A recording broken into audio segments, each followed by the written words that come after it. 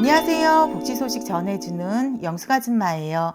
기초생활수급자 근로능력 판정에 대해 이제부터는 그 이유까지 공개한다고 보건복지부에서 밝혔는데요. 오늘 그 내용을 쉽고 빠르게 알려드리려고 해요. 우선 근로능력 평가 제도가 뭔지 간단히 설명해 드리자면 기초생활수급자가 근로능력이 있는지 없는지를 평가하는 제도인데요. 근로능력에 대한 평가는 의료기관의 진단서와 대면 심사를 통해서 근로능력 유무를 결정하고 있어요. 만약 근로능력 있음이라고 판정을 받으면 원칙적으로 자활사업에 참여해야 하세요. 그런데 문제가 하나 있어요. 그동안 정부가 판정 결과만 통지하고 왜 이런 결과가 나왔는지 알려주지는 않았던 거예요.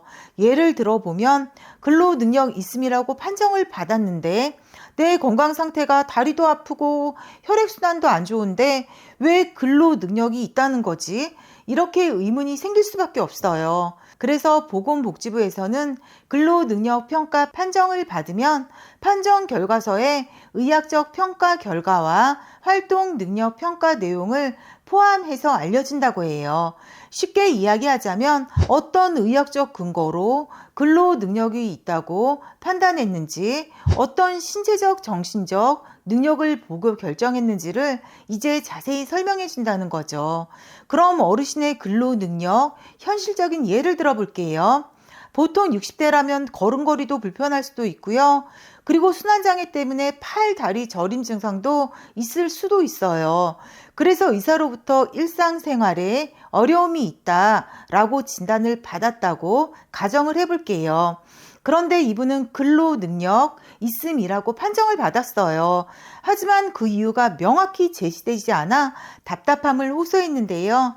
하지만 이제는 이런 경우 의학적 근거와 활동 능력 평가가 함께 제공되기 때문에 근로 능력 있음이라고 판정이 내려진 이유를 정확히 알 수 있게 되었어요.